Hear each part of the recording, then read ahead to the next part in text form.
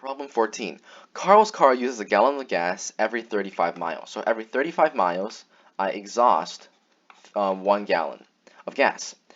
And his gas tanks holds 14 gallons when full. One day, so let's write that down, 14 gallons full.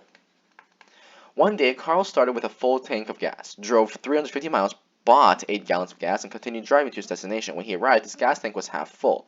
How many miles did Carl drive that day? Well, that's very simple. Let's reverse engineer it. When he arrived, his tank was half full, right? So that means it had 7 gallons. So 7 gallons at the finish line, right? Now we also know um, Carl started a full tank, so he had 14 gallons, drove 350 miles. Well, how many gallons did he use?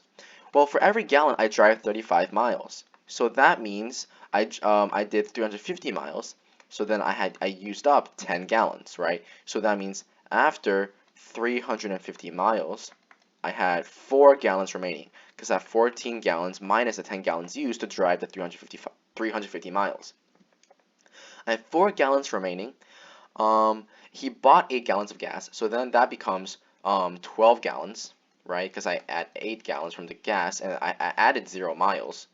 And then he drove all the way to his destination and he arrived, it was half full. So from 12 gallons to 7 gallons, well, I expended 5 gallons. So how many miles did the 5 gallons use? How many miles did the 5 gallons get me? Well, 5 gallons, right? For every gallon, we have 35 miles. So 1 gallon and 35 miles, we know that the units of gallons and gallons cancels. Then we get 5 and then 175 miles. So this got me 175 miles. So in other words, how many total miles did I drive? Well, that's 350 plus 0 plus 175. So that is 350 plus 175. Therefore, it's 525. So your final answer would be answer choice A.